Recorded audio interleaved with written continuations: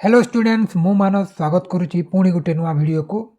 तो पिला माने आमे जानिछे आसंता 17 तारीख +2 आर्ट्स रो जो ऑप्शनल ओडिया बोर्ड एग्जाम हेबा को जाउची। तो से दृष्टि आज आमे कोन करबा ना प्रीवियस ईयर रे किपरि क्वेश्चन आसीतिला ताको दृष्टि रे रखी आमे आगो को किपरि क्वेश्चन आसीबा को जाउची से विषय रे टिके आलोचना करि नबा।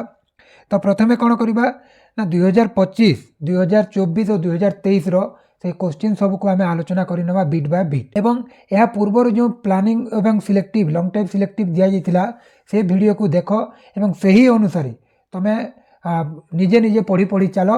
एवं तो प्रथमे आम जीवा क्वेश्चन को जीवा कौन कही देखा जे जपरिक आम जानी पूर्व भिडियो रे मु सब कही केते मार्क 2 मार्किया केतोटी 3 मार्का केतोटी लॉन्ग टाइप केतोटी आसीबो से सब मु पूर्व भिडियो रे आलोचना करिछि। तुम माने जदि देखि ना हो जे कि टिके देख एवं सही प्लान अनुसार तुम माने पाठ पढ़ सियोर शॉर्ट पास करिवो। तो आज केवल आम जो जो क्वेश्चन प्रीवियस ईयर आसीथिला से सब क्वेश्चन को बीट बाय बीट आलोचना करिबा एवं देखिबा जे किपरि क्वेश्चन आसुछि एवं किपरि तार आंसर दे पारिबा एवं आगो को किपरि क्वेश्चन आसीबो से सब को मध्य दृष्टि रे रखी आगो को चलिबा। तो प्रथम क्वेश्चन कही परशुराम शिर रे क्यों बंध पिंगल वर्ण जटा शोभित होइछि। तो आम जानीचे परशुराम जिते परशुराम भेट बलराम दासंकर पढ़ से तुम देखो जे नागबंध कौन होता ना तांकर जटारे शोभित होउतिला। तापरे जदि आम देखिबा कौन कही ना निशी पाइबारु सुख माने क्योंठारे डाक देउतिले ना निशी पाइबारु आम जानीचे सुख माने क्योंठारे ना मंदिर डाकई सुख अर्थात मंदिर रे से प्रथम पद को तुम पढ़ से प्रथम पदरु क्वेश्चन आसीबो ही आसीबो। तापरे जदि आम देखिबा कौन कही श्रीकृष्ण केउठारु शिशुपालक विवाह मनोनीत कन्या को घेनी जाइतिले। तो आम जानीचे ताको मध्य बोलू थाई गो। तो सेठी कौन होची ना श्रीकृष्ण जेते बेले से जाइतिले चंडीपुर को क्योंठाकू ना चंडीपुर को जाइतिले सेही ठारु से श्रीकृष्ण कौन करले तांको भगेकी नहीं जाइतिले हला। तापरे जदि आम देखिबा कौन कही ना क्यों दोष लागिबारु ईश्वर कैलासरु बाहरी जाइतिले। तो आम जानीचे जे ईश्वर को कौन होइछि ना पिला माने ना गोरु ब्रह्मा कौन ना गोरु हत्या लागिबारु ईश्वर को गोरु हत्या लागिबारु कौन होइछि ना ईश्वर को गोरु हत्या लागिबारु ईश्वर कैलासरु बाहरी जाइतिले बोली कुआ जाइछि। तापरे जदि देखिबा नदी कूल रे आहार करिबा पई बंशीधर कौन नेबे बोली कुआ जाइछि। तो आम जानीचे बंशी कौन नेबे पई ना दधी अन्न कौन ना दधी अन्न नेबे बोली कुआ जाइथिला। आगु जीवा कौन कहिछि देखिबा 2 मार्किया क्वेश्चन एवं 2 मार्का क्वेश्चन 3 मार्का क्वेश्चन मु कहिथिली जे कवि परिचय देली बा लेखा और लेखकों नाम लिखिदेली तुम कौन ना गोटे मार्क थुआ एवं बाकी जो प्रश्न जहाँ भी पचारि से अनुसार तुम जदि प्रश्न देउछ ताहेले भी तुम मार्क आउरी भल मार्क आसीबो। ताले आमे देखिबा कौन कहिछि ना ईश्वर धनु संपर्क में परशुराम राम को कौन कहिसंती। तो प्रथम कथा आमे कौन लिखिबा लेखा लेखक जे उद्धृतांशटी कौन होइछि ना आमर जो परशुराम भेट बलराम दासंकर परशुराम भेटरू आनित्य एवं एठारे कौन होइछि ना परशुराम राम को कौन कहिसंती। तो सेतेबेले से कहिसंती जे मेरु ठारू गुरु एवं वज्र ठारू कठोर से ही धनु को इंद्र टेकी पारती नहीं एवं ईश्वर तहिरे त्रिपुरासुर को बध करथिले एही बोली धनु को श्रीराम भांगी अमित बलर परिचय प्रदान करिसंती बोली कहिसंती। तापरे जदि आमे देखिबा विधाता सरह सुंदरी को काहेकि सृष्टि करथिले बोली कुआ जाइछि। तो आमे जानिछे जे एटा अच्युतानंद दासंकर सरह सुंदरी पाठरू आनित एवं कहीं कहुई ना विधाता सरह सुंदरी को कहीं सृष्टि करते ना कहुई कवितार कहुई राधाकृष्णकर मिलन पाई है राधाकृष्णकर मिलन पाई माध्यम रूपे सृष्टि करते बोली कहुई।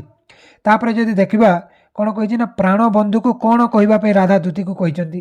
तो प्राण बंधु को तो आम जानिले अभिमन्यु सामंत सिंहा धीरे राधा कर धरी आसी।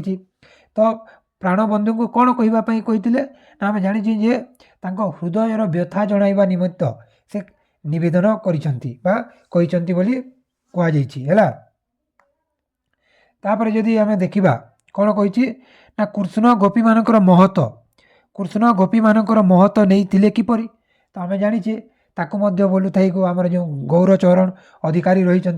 तो से कौन होइछि ना लीलामय कृष्ण गोपपुर रे गोपांगना मानक सहित नाना कौतुकपूर्ण लीला संपादन करने अवसर रे से माने जमुना रे ଜଳ କେଳି କରୁଥିବା ବେଳେ କୃଷ୍ଣ ସେମାନଙ୍କର ବସନ ଚୋରି କରି ବୃକ୍ଷରେ ବାନ୍ଧି ସେମାନଙ୍କର ମହତ ନେଇଥିଲେ ବୋଲି କୁହାଯାଇଅଛି। ତ ଏଇଟା 2 ମାର୍କା କ୍ୱେଶ୍ଚିନ୍। ଏହିପରି ତୁମେ ଯଦି ସାରାଂଶ ବୁଝିଥିବ ତାହାକୁ କହିଦେଇପାରିବ। ତାପରେ କ'ଣ କହିଛି ଦେଖିବ, 3 ମାର୍କର କ'ଣ କହିଛି, ପଠିତ କବିତାରୁ ବିଷ୍ଣୁ ଓ ଶୁକ ଉପାଖ୍ୟାନ କଥା କୁହାଯାଇଛି। ଗୌର ଚରଣ ଅଧିକାରୀଙ୍କ ତାକୁ ମଧ୍ୟ ବୋଲୁଥାଇ ଗୋ କବିତାରୁ ଆଣିତ। ତାପରେ ଯଦି ଆମେ ଦେଖିବା ଦାସିକି ପକାଇ ଦେଲେ କାମ ସିନ୍ଧୁ ପାଣିକି, ତ ଏ 6 ନମ୍ବର କେଉଁଥିରୁ ଆସିଛି, ଆମେ ଦେଖୁଛେ ଯେ ବିଦଗ୍ଧ ଚିନ୍ତାମଣିଙ୍କ ଧୀରେ ରାଧା କର ଧରିରୁ ଆସିଛି। ଏବଂ ଏପରି ଗୋଟେ ପଦ ପକାଇଦେବ ଏବଂ ତାହାକୁ ବର୍ଣ୍ଣନା କର ବୋଲି କହିବ। ତ ତୁମେ ଯେହେତୁ ସାରାଂଶ ବୁଝିଥିବ ତାହେଲେ ସେସବୁ କରିପାରିବ। ତାପରେ ଯଦି ଆମେ ଦେଖିବା କ'ଣ କହିଛି ନା, ସରହ ସୁନ୍ଦରୀ ଗୋବିନ୍ଦଙ୍କ ଦୋଳି ତୋଳେ ପହଞ୍ଚି କ'ଣ ଦେଖିଲା। এইটা ତ ଆମେ ଜାଣିଲେ ଯେ ଅଚ୍ୟୁତାନନ୍ଦ ଦାସଙ୍କ ସରହ ସୁନ୍ଦରୀ କବିତାରୁ ଆଣିତ। ଏହିପରି ଭାବେ ତୁମେ ଦେଖିନେବ 3 ମାର୍କ। ତାପରେ ଯଦି ଆମେ ଦେଖିବା କ'ଣ କହିଛି, ଏବଂ এই ଯେଉଁ ଲଙ୍ଗ୍ ଟାଇପ୍ କହିଛି, এই ଯେଉଁ ଲଙ୍ଗ୍ ଟାଇପ୍କୁ ମୁଁ ପୂର୍ବ ଭିଡ଼ିଓରେ ତୁମକୁ ସିଲେକ୍ଟିଭ୍ ଦେଇଛି, ସେହି ଅନୁସାରେ ତୁମେ ପଢ଼, ଏଇଟାକୁ ଦେଖ ନାହିଁ ହେଲା। ତାପରେ ଯଦି ଆମେ ଯିବା କ'ଣ କହିଛି, ପୁଣି 1 ନମ୍ବର ଆଇଛି। ଦ୍ୱିତୀୟ ୟୁନିଟ୍ ତ ଆସିବ ନାହିଁ ପିଲାମାନେ, ତୁମକୁ ତୃତୀୟ ୟୁନିଟ୍ରୁ ଆସିବ। ତ ପ୍ରଥମ କ୍ୱେଶ୍ଚିନ୍ ତୃତୀୟ ୟୁନିଟ୍ର କେଉଁ ଦର୍ଶନରେ ଦୁଃଖ ତ୍ରୟର ଉଲ୍ଲେଖ କରାଯାଇଛି। ତ ଆମେ ଜାଣିଛେ କ'ଣ ଜାଣିଛେ ନା, ଆମେ ଜାଣିଛେ ଯେ ସାଂଖ୍ୟ କ'ଣ ନା, ସାଂଖ୍ୟ ଦର୍ଶନରେ ବା ଦୁଃଖ ତ୍ରୟର ଉଲ୍ଲେଖ କରାଯାଇଛି ବୋଲି କୁହାଯାଇଅଛି। ତାପରେ ରାଜାଙ୍କର ସ୍ୱାର୍ଥ ଅନୁସାରେ ଚାଲୁଥିବା ଶାସନକୁ କ'ଣ କୁହାଯାଏ। ତ ରାଜାଙ୍କର ସ୍ୱାର୍ଥ, ଯେତେବେଳେ ରାଜାଙ୍କର ସ୍ୱାର୍ଥ ରହିଛି ତାହାକୁ ରାଜତନ୍ତ୍ର କହିବା। ରାଜାଙ୍କର ସ୍ୱାର୍ଥ ରାଜତନ୍ତ୍ର ହେଲା। ତାପରେ ଯଦି ଆମେ ଦେଖିବା କ'ଣ କହିଛି ଯେ ରହସ୍ୟବାଦୀ କାହାକୁ ମୂଳ ସତ୍ତା ବୋଲି କହିଥାନ୍ତି। ତ ରହସ୍ୟବାଦୀ ଆମର ଚେତନାକୁ ସେମାନେ କ'ଣ କହିଥାନ୍ତି ନା ମୂଳ ସତ୍ତା ବୋଲି କହିଥାନ୍ତି। ତାପରେ ଯଦି ଆମେ ଦେଖିବା କ'ଣ କହିଛି ନା, ସପ୍ତଦଶରୁ 19 ଶତାବ୍ଦୀ ପର୍ଯ୍ୟନ୍ତ ବିଜ୍ଞାନୀମାନେ ଜଗତକୁ କେଉଁ ଦୃଷ୍ଟିରେ ଦେଖିଥିଲେ। ନା ଆମେ ଜାଣିଛୁ ନା କେଉଁ ଦୃଷ୍ଟିରେ, ସେମାନେ ଜଗତକୁ ସାମଗ୍ରିକ ଦୃଷ୍ଟିରେ ଦେଖିବା ବଦଳରେ ଖଣ୍ଡିତ ଦୃଷ୍ଟିରେ ଦେଖିଥିଲେ ବୋଲି କୁହାଯାଇଛି। ତାପରେ ଯଦି ଆମେ ଦେଖିବା 21 ଶତାବ୍ଦୀରେ ରାଜାମାନେ କାହାର ପ୍ରୀତ୍ୟର୍ଥେ ରହିଛନ୍ତି। ତ କାହାର ପ୍ରୀତ୍ୟର୍ଥେ ରହିଥିଲେ ପିଲାମାନେ, ତ ଆମେ ଜାଣିଛୁ ସେମାନେ ପ୍ରଜାମାନଙ୍କର ପ୍ରୀତ୍ୟର୍ଥେ ରହିଥିଲେ, ପ୍ରଜାମାନଙ୍କର ହେଲା। ତାପରେ 2 ମାର୍କ ଯିବା। 2 ମାର୍କ କ'ଣ କହିଛି, ରାଜଶକ୍ତିର ଆଧ୍ୟାତ୍ମିକ ଚର୍ଚ୍ଚା ପ୍ରତି ଭକ୍ତି ଓ ଶ୍ରଦ୍ଧାର ଉଦାହରଣ କ'ଣ ଥିଲା। ତ ଆମେ ଜାଣିଛେ ଏଇଟା ଆମର ଯେଉଁ ରତ୍ନାକର ପତିଙ୍କ ଆଧ୍ୟାତ୍ମିକ ଭିତ୍ତି ପ୍ରବନ୍ଧରୁ ଆଣିତ ହେଲା। ତୁମେ ଦେଖିଦେବ ଏବଂ ତା'ର ଉତ୍ତର ମଧ୍ୟ କ'ଣ ହେବ, ଆଧ୍ୟାତ୍ମ ବିଦ୍ୟା ବିଶାରଦ ତଥା ବ୍ରହ୍ମର୍ଷି ଋଷିଙ୍କୁ ଉପହାର ଦେବା ରାଜଶକ୍ତିର ଆଧ୍ୟାତ୍ମିକ ଜ୍ଞାନ ଚର୍ଚ୍ଚା ପ୍ରତି ଭକ୍ତି ଓ ଶ୍ରଦ୍ଧା ଜ୍ୱଳନ୍ତ ଉଦାହରଣ ଥିଲା ବୋଲି କୁହାଯାଇଛି। ତାପରେ ଯଦି ଆମେ ଦେଖିବା କ'ଣ କହିଛି, ମହାତ୍ମାଜୀ ହିଂସା ସମ୍ପର୍କରେ କ'ଣ କହିଥିଲେ। ତ ଏଇଟା ଆମର ଯେଉଁ ରହିଛି ସତ୍ୟମେବ ଜୟତେ, ତା ଗୋବିନ୍ଦ ଚନ୍ଦ୍ରଙ୍କ ସେଇଠିରୁ ଆସିଛି, ତୁମେ ଦେଖିନେବ। ତାପରେ ଯଦି ଆମେ ଦେଖିବା ଫରାସୀ ବିପ୍ଳବର ପ୍ରଥମ କାଳରେ ସଂଗ୍ରାମୀମାନଙ୍କର ସମ୍ମୁଖରେ କ'ଣ ଥିଲା। ତ ଏଇଟା ଆମର ଆସିଛି ଚିତ୍ତରଞ୍ଜନ ଦାସଙ୍କର ସମାନତା ସ୍ୱାଧୀନତା ଭାତୃତ୍ୱରୁ ଦେଖିନେବ। ତାପରେ ଯଦି ଦେଖିବା କାହାକୁ ନାରୀର ସଦ୍ଗୁଣ ବୋଲି କୁହାଯାଇଛି, କାହାକୁ, ତ ନାରୀର ସଦ୍ଗୁଣ ବୋଲି ଆମେ ଜାଣିଛେ ଏଇଟା ଆମର ଯେଉଁ ଶରତ କୁମାର ମହାନ୍ତିଙ୍କ ଛୋଟ ହିଁ ସୁନ୍ଦର ପାଠରୁ ଆଣିତ। ତୁମେ ଯଦି ସାରାଂଶ ବୁଝିଛ, ତୁମେ ଯଦି ପାଠର ସାରାଂଶ ବୁଝିଛ ତାହେଲେ ତୁମେମାନେ କ'ଣ କରିବ, ଏଇ ସବୁଥିର ଆନ୍ସର୍ ତୁମେମାନେ ଜାଣିଛ ହେଲା, ତୁମେ କରିକି ଆସିପାରିବ। ତାପରେ ଯଦି 3 ମାର୍କର ଦେଉଛି କ'ଣ, ସ୍କୁମାଚାର ଆମେରିକା ସମାଲୋଚନା କରି କ'ଣ କହିଥିଲେ। ତ ଏଇଟା ବି ଆମେ ଜାଣିଛୁ ଆମର ଶରତ କୁମାର ମହାନ୍ତିଙ୍କ ଛୋଟ ହିଁ ସୁନ୍ଦରରୁ ଆଣିତ। ତାପରେ ଯଦି ଦେଖିବା ଆମର ରାଜନୀତି ଧର୍ମନୀତି ସମାଜନୀତିରେ କେଉଁ କଥାର ପ୍ରବଳ ବିଜୟ ବୋଲି ବର୍ଣ୍ଣିତ ହୋଇଛି। ତ ଏଇଟା ଆମେ ଜାଣିଛେ ଯେ ଏଇଟା ଆମର କିଏ ନା ସତ୍ୟମେବ ଜୟତେରୁ ଆଣିତ। ତାପରେ ରାଜା ପ୍ରଜାଙ୍କର ସମ୍ବନ୍ଧ କାହା ଉପରେ ପ୍ରତିଷ୍ଠିତ ଓ କାହିଁକି କହିଛି। ତ ଆଧ୍ୟାତ୍ମିକ ଭିତ୍ତି ରତ୍ନାକର ପତିଙ୍କ ସେହି ପ୍ରବନ୍ଧରୁ ଆଣିତ ଏଇଟା ହେଲା। ତାପରେ ଯଦି ଆମେ ଦେଖିବା କ'ଣ କହିଛି, ସବୁ ଟିକେ ଟିକେ ଦେଖି ଯିବା ହେଲା। ତୁମେମାନେ ଯଦି ସାରାଂଶ ବୁଝିଛ ଏହାକୁ ତୁମେ ଲେଖିକି ଆସିପାରିବ ହେଲା। ଏବଂ ଏଇଟା ଯେଉଁ ରହିଛି ଲଙ୍ଗ୍ ଟାଇପ୍, ଏହାକୁ ଦେଖ ନାହିଁ, ମୁଁ ଯାହା ପୂର୍ବ ଭିଡ଼ିଓରେ ସିଲେକ୍ଟିଭ୍ ଦେଇଥିଲି ସେସବୁ ଆସିବ, ତ ତୁମେ ତାହାକୁ ଦେଖିଦିଅ ହେଲା। ତାପରେ ଯଦି ଆମେ ଯିବା ଚତୁର୍ଥ ୟୁନିଟ୍ରେ କ'ଣ କହିଛି ନା, ଦୁର୍ଯ୍ୟୋଧନ ବାବୁ ତାଙ୍କ ଦ୍ୱିତୀୟ ପକ୍ଷ ମଧ୍ୟରେ ବୟସର ତାରତମ୍ୟ କେତେ ଥିଲା। ତ ଆମେ ଜାଣିଛେ ଯେ ଦୁର୍ଯ୍ୟୋଧନ ବାବୁ କ'ଣ କରିଛନ୍ତି ନା, ଦୁର୍ଯ୍ୟୋଧନ ବାବୁ ତାଙ୍କ ବୟସରେ କେତେ ଥିଲେ ନା 15 ବର୍ଷର ଗେପ୍ ଥିଲା, ତାରତମ୍ୟ କେତେ ଥିଲା ନା 15 ବର୍ଷର ଥିଲା। ତାପରେ ଯଦି ଆମେ ଦେଖିବା ଚୂଡ଼ାମଣି ବାବୁଙ୍କ ମା କେତେ ଗୋଟି ପୁତ୍ର କନ୍ୟାଙ୍କର ମାତା ଥିଲେ, ତ ଚୂଡ଼ାମଣିଙ୍କର କେତେ ଗୋଟି ନା ସେମାନେ 18 ଗୋଟି ବୋଲିକିରି କୁହାଯାଇଅଛି ହେଲା। ତାପରେ ଅଧିକାଂଶ ସାହିତ୍ୟିକ କେଉଁ ରୋଗରେ ଆକ୍ରାନ୍ତ ହୋଇଥାନ୍ତି ବୋଲି କୁହାଯାଇଛି, ତ ଅଧିକାଂଶ ସେମାନେ କ'ଣ ପେଟ ମରା ରୋଗରେ ହେଲା, ପେଟ ମରା ରୋଗରେ ଆକ୍ରାନ୍ତ ହୋଇଥାନ୍ତି ବୋଲି କୁହାଯାଇଛି, ମେଡ଼ିକାଲ କଲେଜରେ ମେହେର ଜୟନ୍ତୀରୁ ଆସିଛି।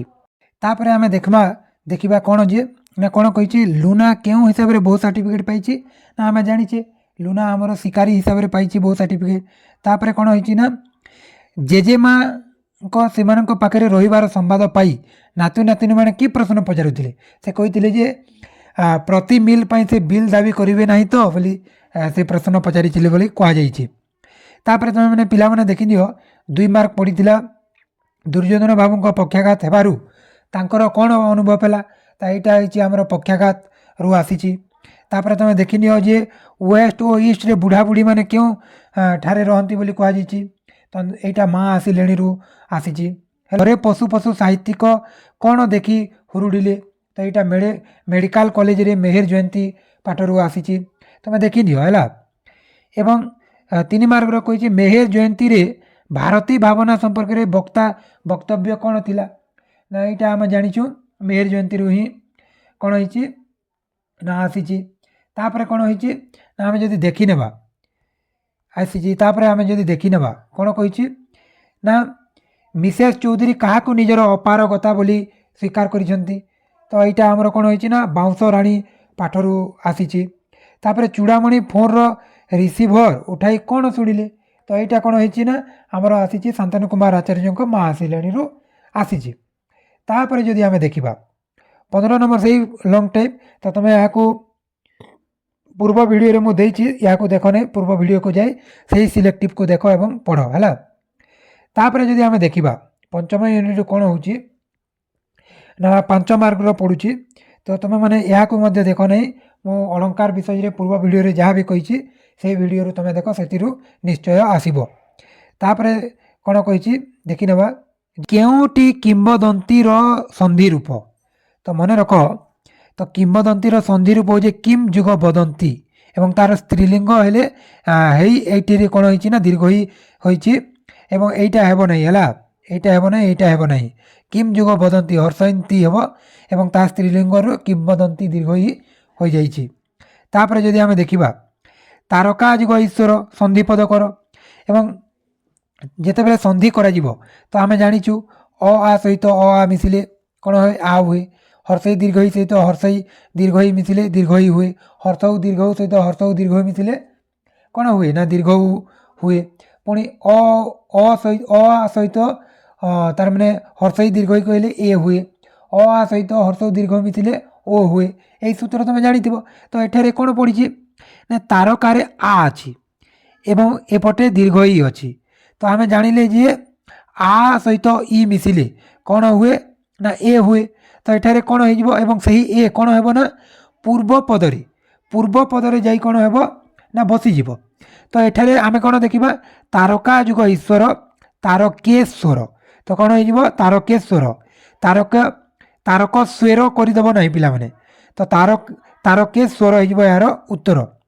ତାପରେ ଯଦି ଆମେ ଯିବା କ'ଣ କହିଛି ଅନ୍ତର୍ଧାନର ସନ୍ଧି ରୂପ କ'ଣ, ତ ଆମେ କ'ଣ ଜାଣିଛେ ଅନ୍ତଃ ଯେତେବେଳେ ର ଫଳା ଲାଗିବ, ମନେ ରଖିଥିବ ଶବ୍ଦରେ ଯଦି ର ଆସୁଛି ହେଲା, ତ ତୁମେ କ'ଣ କରିବ ର ଆସିବ, ଏପରି ରେପ୍ ଆସିବ, ର ଆସିବ ବା ଏପରି ବ୍ୟଞ୍ଜନ ସକସ୍କ ଆସୁଛି, ତମେ ସେଠାରେ ଜାଣିନେବ ସେଠାରେ କ'ଣ ହେଇଛି ନା ବିସର୍ଗ ସନ୍ଧି ହୋଇଛି ବୋଲି ଜାଣିନେବ। ତ ଏଠି ଯଦି ଆମେ ଦେଖିବା ଅନ୍ତର୍ଧାନର କ'ଣ ହେଇଯିବ ନା ଅନ୍ତଃ ଯୁଗ ଧାନ, କ'ଣ ହେଇଯିବ ଅନ୍ତଃ ଯୁଗ ଧାନ ହେଇଯିବ ହେଲା, ଦେଖିନେବ। ତାପରେ ଯଦି ଆମେ ଦେଖିବା କ'ଣ କହିଛି ନା ସମ୍ଭାଷଣ, ଏଠାରେ ସମ୍ଭାଷଣରେ କେଉଁ ଉପସର୍ଗ କହିଲେ କୌଣସି ଗୋଟେ ଧାତୁର ପୂର୍ବରୁ ବା ଶବ୍ଦର ପୂର୍ବରୁ ଯାହା ବସେ ତାହାକୁ ଆମେ ଉପସର୍ଗ ବୋଲି କହିଥାଉ। ତ ଏଠାରେ କ'ଣ ଦିଶୁଛି ନା ସମ୍ଭାଷଣ ଅର୍ଥାତ୍ ସମ୍ଭାଷଣ, ଏଠାରେ ଆମେ ଉପସର୍ଗ କ'ଣ ପାଇଲେ ନା ସମ୍ ଉପସର୍ଗ ଆମେ ଦେଖିବାକୁ ପାଉଛୁ।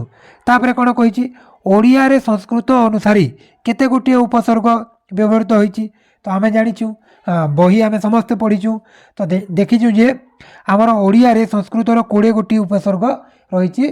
बाहर आमर देशज है देशज उपसर्ग रही। तापर जदि आम जीवा अपि तो अपि उपसर्ग लगाई गोटे शब्द कह। तो यहाँ गोटे मन रखी था पिला माने जे अपि उपसर्ग लगाई अपि धान है अपि धान एवं यही अपि बेले बेले कौन हुए ना शब्द बा धातुर पर मध्य लगे जेपरिक यद्यपि यद्यपि है यद्यपि यहाँ अपि पर लगी। तो यहाँ हूँ प्रत्यय बा परसर्ग किंतु अपि पूर्व जेपरिक अपि धान सहीटा आमर अपि उपसर्ग लगे गोटे शब्द। तापर जदि आम जीवा एटा थिला कौन पिला माने ना एटा थिला आमर 2025 प्रीवियस ईयर क्वेश्चन। तो आम किपरि क्वेश्चन आसीथिला से सब को देखिले तो तुमर दायित्व तुम्हें माने सही अनुसार तुम्हें जाइकी सही सही क्वेश्चन रो आंसर खोजी तुम मैंने निजे निजे पढ़ी नियो। तुम्हें जदि पढ़ी नेब ताहले आग को जो एग्जाम आसूची से सियोर सर्ट पास कर एवं आग 2024 आम देखा 2024 रे कौन कही प्रथम क्वेश्चन कहूँ जे क्षत्रिंकर ऐरी किए। तो आम जाचे क्षत्रि कूल को सर्वनाश करने नाश करने किए करते ना परशुराम होती क्षत्रि कूलर ऐरी बा दुश्मन थे है। तापर जदि आम जीवा देखिला उद्यान साही होई पड़ुछंती देव हरि किए देखिला एटा जो देखिला कहुई किए देखिला कहुई। तो आम जाचु पिला माने सरह सुंदरी देखिला बोली कहुई। तापर कौन कही कोटी नागर घात क्या सहित तुलनीय नुहे बोली पचारि। तो आम जाचु जे विरह सहित तुलनीय नुहे है। तापर कौन कही झरी रे रखी बासनीर हे कौन पाई से रखी। तो आम जाचु बासनीर कौन पाई रखाई ना मुह धोइबापी रखाई पिला माने है। तापर जदि आम जीवा कौन कही जे कृष्ण कृष्ण कुशमुन क्योंठी भूसी देले बोली कहुई। तो कृष्ण कुशमुन कौन ना सुखंक आखिरे भूसी देते बोली कहुई कवितार है। तापर जदि आम जीवा कौन कही देख परशुराम कहीं परलोक को स्वर बिंधापी रामचंद्र को प्रार्थना कले। तो आम जाचे क्षत्रिय मान बध कर परलोक प्रवेश कर पारु नथिले है। तो परलोक पाप भार छेदन करने कौन ना परलोक पाप भार छेदन करने कौन करते ना परशुराम कौन करते ना आमर परलोक को स्वर बिंधापी रामचंद्र को प्रार्थना करुले। तापर जदि देखा कृष्ण को बेढ़ी गोपी मैंने बसंती से ही मते किपरि केहू मते किपरि बसंती बोली कहुई। तो आम जाचे जेपरी चंद्र को बेढ़ी नक्षत्र माने बसी था से परी कौन होती ना आमर जो कृष्ण को बेढ़ी गोपी मैंने बसी बोली कहुई पिला माने। तुम देखी नब सरह सुंदरी। तापर जे देखा राम कृष्ण नदी कूल आहार करने को सांगरे कौन नहीं जीवे बोली कहुई। तो आम जाचु उठनीसी पाहिलारे तो सेठी कहुई जे राम नदी कूल आहार करने को सांगरे कौन ना मन रख दधी अन्न नेबे बोली कहुई। कौन नेबे बोली कहुई ना दधी अन्न नेबे बोली कहुई। तापर जदि आम देखा कौन कही चंडीपुर भंडी कन्या घेनी गले लाजरे गला से फेरी क्यों प्रसंग कहुई। आम जाचु ताकू बोलू थे गो जेते बेले चंडीपुर को जाइछंती रुक्मिणी तो सही समय कौन कही ना कृष्ण द्वारा से अपहृता होती एवं शिशुपाल फेरी जाइछंती घर को। तो सही प्रसंग कौन कहुई ना चंडीपुर भंडी कन्या घेनी गले लाजरे गला से फेरी बोलिकी कहुई है। तापर जदि आम देखा तो 2 मार्क कौन आसी देख पिला माने ना आसी जे उदय है घन श्याम रस वृष्टि नहिला अर्थ कौन पचारि। आम जाचे यहीटा हूँ आमर धीरे राधा कर धरी अभिमन्यु सामंत सिंगार कर। तो ये अर्थ हूँ घन श्याम बा कला मेघ उदय है रस बा जल सृष्टि नहेबा है यहीटा बोली कहुई।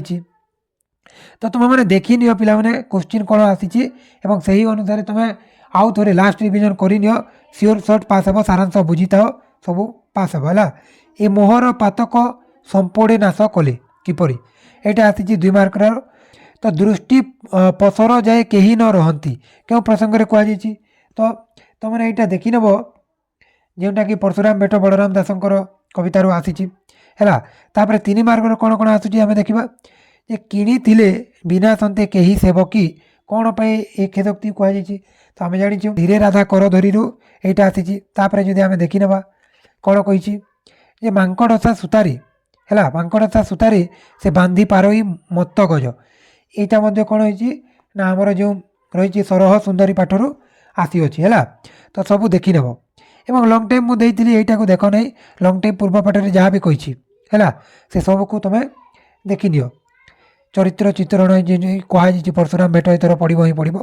ତାପରେ ଆମେ ଆଗକୁ ଯିବା କ'ଣ କହିଛି ଦେଖିବା ଯେ କହିଛି ଯେ ହେଲା ପୁରୁଷ ସୂକ୍ତ କେଉଁ ବେଦର ଅଂଶ।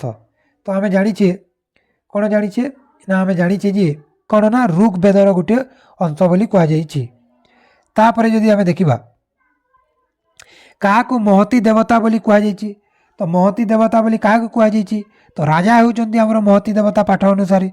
ତାପରେ ଯଦି ଆମେ ଦେଖିବା ମାବ୍ରୁୟାତ୍ ସତ୍ୟମ୍ ପ୍ରିୟମ୍ କିଏ କହିଛନ୍ତି ତ ମାବ୍ରୁୟାତ୍ ସତ୍ୟମ୍ ପ୍ରିୟମ୍ ବୋଲି କିଏ କହିଛନ୍ତି ନା ଏଇଟା କୁହାଯାଇଛି ଆମର ମୁନି ଋଷିମାନେ କହିଯାଇଛନ୍ତି। ତାପରେ ଯଦି ଦେଖିବା ଆଜିକାଲି ଭାରତର ଶାସକମାନେ ସମ୍ବିଧାନ ସ୍ୱୀକୃତ ସମାଜବାଦ କଥା ନ କହି କ'ଣ କହୁଛନ୍ତି। ତ ଆଜିକାଲି କ'ଣ କହୁଛନ୍ତି ଆମେ ଦେଖିବା ଯେ କହିଛନ୍ତି ଯେ ଆଜିକାଲି ଜାତୀୟବାଦୀ କଥା କୁହାଯାଉଛି, ଜାତୀୟବାଦ ହେଲା। ତାପରେ ଯଦି ଆମେ ଦେଖିବା କ'ଣ କହୁଛି ପ୍ରକୃତିକୁ ଶୋଷଣ କରିବା ସହିତ କ'ଣ ଅଙ୍ଗାଙ୍ଗୀ ଭାବେ ଜଡ଼ିତ ବୋଲି କୁହାଯାଇଛି। ତ ପ୍ରକୃତିକୁ ଶୋଷଣ କରିବା ଯାହା ତ ନାରୀ ନିର୍ଯାତନା କରିବା ତାହା ବୋଲିକି କୁହାଯାଇଛି ପ୍ରବନ୍ଧରେ ହେଲା। ତାପରେ ଯଦି ଆମେ ଦେଖିବା କ'ଣ କହିଛି ନା କୁହାଯାଇଛି ଯେ ଭାରତ ସର୍ବଦା କେଉଁ ତ୍ରିବିଧ ଆଦର୍ଶର ଉପାସକ। ତ ଆମେ ଜାଣିଛେ ଯେ ଭାରତ ସର୍ବଦା ପିଲାମାନେ ମନେ ରଖିବ ସତ୍ୟ ଶିବ ସୁନ୍ଦର, କ'ଣ ସତ୍ୟ ଶିବ ସୁନ୍ଦରର ଉପାସକ ହେଲା। ତାପରେ ସରକାରଙ୍କ ହାତରେ କେଉଁ ଲୋକ ଅଧିକ ଥାନ୍ତି। ତ ଆମେ ଜାଣିଛେ ଯେଉଁମାନେ ପାଟି କହି ବୋଲି ପାରେ ଯେ ପଚା ଚିଙ୍ଗୁଡ଼ି ବିକେ ସେ, ଯେଉଁମାନେ ପାଟି କରିବା ଲୋକ ହେଲା, ପାଟି କରିବା ଲୋକ ବେଶୀ ଥାନ୍ତି। ଆଗେ ଶାସନ କାହା ସ୍ୱାର୍ଥ ଅନୁସାରେ ଚାଲୁଥିଲା। ତ ଆମେ ଜାଣିଛୁ ଆଗେ ଶାସନ ଆମର ରାଜତନ୍ତ୍ର ହେଲା, ରାଜତନ୍ତ୍ର ରାଜା ଯାହା କହିଲେ ତାହା ହେଲା। ତ ରାଜତନ୍ତ୍ର ଅନୁସାରେ ଚାଲୁଥିଲା ବୋଲି କୁହାଯାଇଛି। ତାପରେ କ'ଣ କହିଛି ନା ଅର୍ଥନୀତିକୁ କେବଳ ଅର୍ଥଭିତ୍ତିକ ନ ରଖି କ'ଣ କରିବାକୁ ସ୍କୁମାଚାର ଆହ୍ୱାନ ଦେଇଛନ୍ତି ବୋଲି କୁହାଯାଇଛି।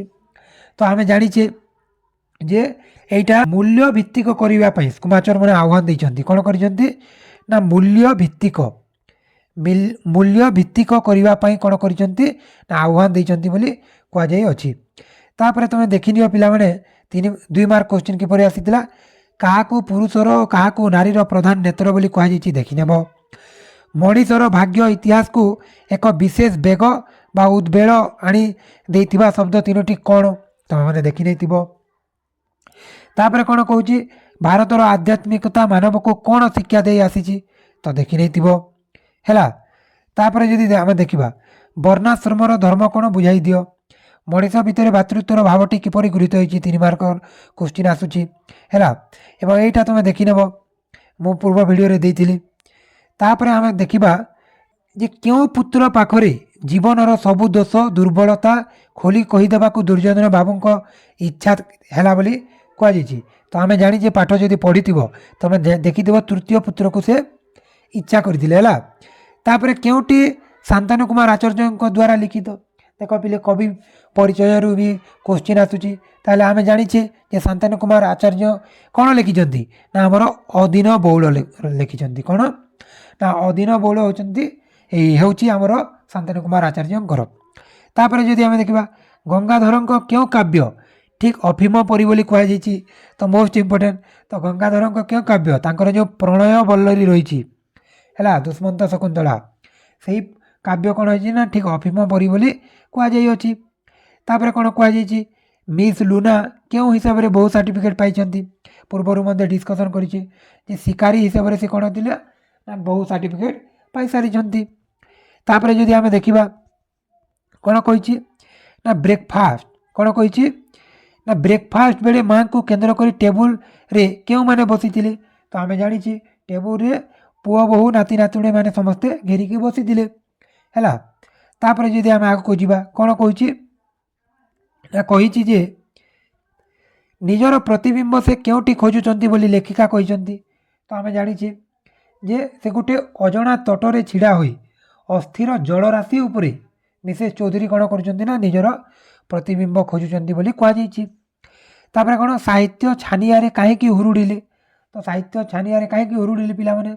ତ ଆମେ ଜାଣିଛେ ଘର ଭିତରକୁ ପଶୁନ ପଶୁଣୁ କଙ୍କାଳ ଓ ଖପୁରୀମାନଙ୍କର ସ୍ୱାଗତ ଦେଖି ସାହିତ୍ୟ କ'ଣ ହେଇଥିଲେ?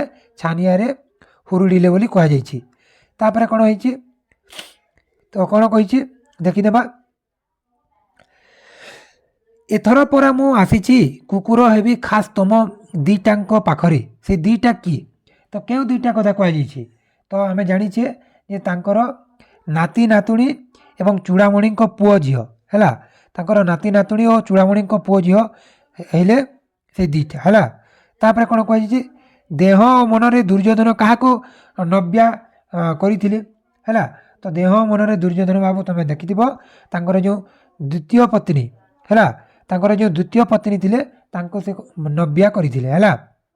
ତାପରେ ଯଦି ଆମେ ଦେଖିବା କ'ଣ କହିଛି ଯେ 2 ମାର୍କ କିପରି ଆସିଥିଲା ଦେଖିନିଅ। ଚୂଡ଼ାମଣିଙ୍କର ମା ଜଣେ ଅବାଗିଆ ମହିଳା, କାହିଁକି ଏପରି କୁହାଯାଇଛି ଦେଖିନେବ। ଶକୁନ୍ତଳାଙ୍କ ପାଖରେ ଥିବା ଅନସୂୟା ଓ ପ୍ରିୟମ୍ବଦା କାହାପରି ଦେଖାଯାଆନ୍ତି ତମେ ଦେଖିନେବ। ଅର୍ଚ୍ଚନାଠାରୁ କେଉଁ ମନ୍ତ୍ର ଶିଖି ନ ପାରିବା ନିଜର ଅପାରଗତା ବୋଲି କହିଛନ୍ତି ମିସେସ୍ ଚୌଧୁରୀ ନା ଦେଖିନେବ ହେଲା। ତାପରେ 3 ମାର୍କା କ୍ୱେଶ୍ଚିନ୍ ଆସିଥିଲା ଯେ ଏ ପୁତ୍ର ମୋର କିପରି ହେଲା। ତ ଏ ପୁତ୍ର ମୋର କିପରି ଜନ୍ମ ହେଲା, କେଉଁ ବିଚାରେ ଦୁର୍ଯ୍ୟୋଧନ ଏପରି କହିଛନ୍ତି। ତାପରେ କହିଛି ଦୀପ ଦେହରେ ସଳିଲତାର ପୁଣି ଆଲୋକ ଦେବାର ଏକ ନିର୍ଦ୍ଦିଷ୍ଟ ସମୟ ଅଛି, ପ୍ରସଙ୍ଗ ଭିତରେ ତାତ୍ପର୍ଯ୍ୟ ବୁଝାଅ। ଏହିପରି କ୍ୱେଶ୍ଚିନ୍ ଆସୁଛି। ତୁମେ ଯଦି ସାରାଂଶ ପଢ଼ିଛ ତାହେଲେ ସବୁ ଜାଣିଛ ବୋଲି ଜାଣ, କିନ୍ତୁ କବି ଲେଖକ ତାଙ୍କର ଲେଖା ଗୁଡ଼ିକୁ ତୁମେ ଭଲସେ ପଢ଼ିଥାଅ, ତାପରେ ଯେ ସବୁ ହେବ ହେଲା, ଭଲ ମାର୍କ ଆସିବ। ତାପରେ ଲଙ୍ଗ୍ ଟାଇମ୍ ମୁଁ ଦେଇଛି, ଏହାକୁ ଦେଖ ନାହିଁ, ତୁମେ ଯାଇ ପୂର୍ବ ଭିଡ଼ିଓକୁ ଦେଖ ଜାଣିପାରିବ। ତାପରେ ଏଇଠି ଦେଖ, ଏଇ ସର୍ଟ କ୍ୱେଶ୍ଚିନ୍ ତୁମମାନଙ୍କୁ ଖାଇଦେବ ହେଲା। ତ ତୁମେମାନେ ଦେଖିକି ଯାଇଥାଅ, ସବୁ ଭଲ ହେବ ହେଲା। ତ କ'ଣ କରିବ ନା ତୁମେ ଦେଖ କିପରି ହେଉଛି, ଖାଲି ଦେଖ। କହିଛି ସନ୍ଧି ବିଚ୍ଛେଦ କର। ଉଦ୍ଧତ ପଚାରିଛି, କ'ଣ ପଚାରିଛି? ଉଦ୍ଧତ ପଚାରିଛି। ଏବଂ ସନ୍ଧି ବିଚ୍ଛେଦ କିପରି କରିବା ହେଲା ନା ଉତ୍ ଯୁଗ ହତ। ଉତ୍ ଯୁଗ ହତ ସମାନ କ'ଣ ହେଇଛି ନା ଉଦ୍ଧତ। ଉଦ୍ଧତ କିପରି ହେବ ନା ଉତ୍ ଯୁଗ ହତ ସମାନ ଉଦ୍ଧତ। ତାପରେ କ'ଣ କୁହାଯାଇଛି ଦେଖ, ମନଃ ଯୁଗ କାମନା କ'ଣ ହେବ ପିଲାମାନେ? ତୁମେ ସମସ୍ତେ ଜାଣିଛ ମନୋହସ କାମନା କ'ଣ ହେବ ନା ମନୋହସ କାମନା ସ୍କାମନା। ସକ ଆସିଲେ ତୁମେ ଜାଣିବ ସେଇଟା ବିସର୍ଗ ସନ୍ଧିରୁ ଜାତ ହେଲା। ତାପରେ କ'ଣ କହିଛି? ବିସର୍ଗ ସନ୍ଧି କାହାକୁ କୁହାଯାଏ? ତ ବିସର୍ଗଯୁକ୍ତ ଶବ୍ଦ ପରି ସ୍ୱର ବା ବ୍ୟଞ୍ଜନ ବର୍ଣ୍ଣ ଥିଲେ ଆମେ ଜାଣିଛୁ ବିସର୍ଗ ସନ୍ଧି ହୁଏ ହେଲା। ତାପରେ ଯଦି ଆମେ ଦେଖିବା ନିର୍ ଉପସର୍ଗ ବ୍ୟବହୃତ 2ଟି ଶବ୍ଦ। ତ ନିର୍ ଉପସର୍ଗ ଯଦି ତୁମେ ଲଗେଇ 2ଟି ଶବ୍ଦ କ'ଣ କ'ଣ ହେଇପାରିବ? ଗୋଟେ ହେଉଛି ଦେଖିବା ଯେ ନିରନ୍ନ ହେଇପାରିବ, ନିରନ୍ନ ନିର୍ ଯୁଗ ଅନ୍ନ ନିରନ୍ନ। ଆଉ ଗୋଟେ କ'ଣ ଦେଖିବ? ନିରଳସ ହେଇପାରିବ, ନିର୍ ଯୁଗ ଅଳସ ନିରଳସ ହେଲା, ନିରଳସ ହେଇପାରିବ। ତାପରେ ଆମେ ଦେଖିବା ପରା ଉପସର୍ଗ ବ୍ୟବହୃତ କରି 2ଟି ଶବ୍ଦ। ତ ପରା କ'ଣ ଆମେ ଜାଣିଛେ, ପରା ଉପସର୍ଗ ଲଗେଇ କ'ଣ ନା ପରାଜୟ ହେଇପାରିବ ହେଲା, ପରାଜୟ ହେଇପାରିବ, ପରାଧୀନ ହେଇପାରିବ, ପରାକ୍ରମ ହେଇପାରିବ, ଏସବୁକୁ ମନେ ରଖିବ ହେଲା। ଉପସର୍ଗ କହିଲେ ନା ପ୍ରତ୍ୟୟ ଗୁଡ଼ିକ ଯେତେବେଳେ କୌଣସି ଗୋଟେ ଶବ୍ଦ ବା ଧାତୁ ପୂର୍ବରୁ ବସିଥାଏ ତାହାକୁ ଆମେ ଉପସର୍ଗ କହିଥାଉ। 2ଟି ବ୍ୟଞ୍ଜନ ସନ୍ଧି ଲେଖ। 2ଟି ବ୍ୟଞ୍ଜନ ସନ୍ଧି କ'ଣ? ତ ବ୍ୟଞ୍ଜନ ବର୍ଣ୍ଣ ପରି ପ୍ରଥମ ପଦର ଶେଷ ବର୍ଣ୍ଣ ବ୍ୟଞ୍ଜନ ବର୍ଣ୍ଣ ଥିବ, আর ଶେଷ ପଦର ପ୍ରଥମ ବର୍ଣ୍ଣ ସ୍ୱର ବା ବ୍ୟଞ୍ଜନ ହୋଇଥିବ, ତାହେଲେ ତାହାକୁ ଆମେ ବ୍ୟଞ୍ଜନ ସନ୍ଧି କହିବା। ସେହିପରି ଯଦି ଆମେ ଦେଖିବା ଦିଗମ୍ବର, ଦିଗମ୍ବର ଦିଗମ୍ବର କିପରି ହେଇଛି ନା ଦିକ୍ ଯୁଗ ଅମ୍ବର ଦିଗମ୍ବର ହେଇଛି। ତାପରେ କ'ଣ ହେଇଛି? ଶଙ୍କର ହେଲା, ଶଙ୍କର କିପରି ହେଇଛି ନା ସମ୍ ଯୁଗ କର ଶଙ୍କର ହେଇଛି। ତ ଦେଖିନେବ ଏହିପରି। ତାପରେ କ'ଣ କହିଛି? ଚିନ୍ମୟ କିପରି ଗଠିତ ହେଇଛି? ତ ଚିନ୍ମୟ କ'ଣ ନା ଚିତ୍ ଯୁଗ ମୟ ସମାନ ଚିନ୍ମୟ, ଚିତ୍ ଯୁଗ ମୟ ସମାନ କ'ଣ ହେଇଛି ନା ଚିନ୍ମୟ ହେଉଛି। ତାପରେ ଯଦି ଦେଖିବା କହିଛି ଯେ ଅନୁପ୍ରାସ କେଉଁ ଶ୍ରେଣୀର ଅଳଙ୍କାର? ତ ଅନୁପ୍ରାସ କେଉଁ ଶ୍ରେଣୀର ଅଳଙ୍କାର ପିଲାମାନେ? ଆମେ ଜାଣିଛୁ ଗୋଟେ ଶବ୍ଦ ଅଳଙ୍କାର, ଗୋଟେ ଅର୍ଥାଳଙ୍କାର। ତ ଅନୁପ୍ରାସ ହେଉଛି ଆମର ଶବ୍ଦ ଅଳଙ୍କାରର। ତାପରେ କହିଛି ଦରିଦ୍ରତା ପଙ୍କପୂର୍ଣ୍ଣମ ଜୀବନସ୍ୱର କେଉଁ ପ୍ରକାର ଅଳଙ୍କାର ତୁମେ ଏଇଟା ଜାଣିଥିବ। ଏଇଟା ହେଉଛି ଆମର କ'ଣ ନା ରୂପକ ଅଳଙ୍କାର। କବିତା କୋଟେସନ୍ ଘୁଷିକି ଯାଇଥିବ। ତାପରେ ଗୋଟିଏ ମଧ୍ୟ ଯମକର ଉଦାହରଣ ଦିଅ।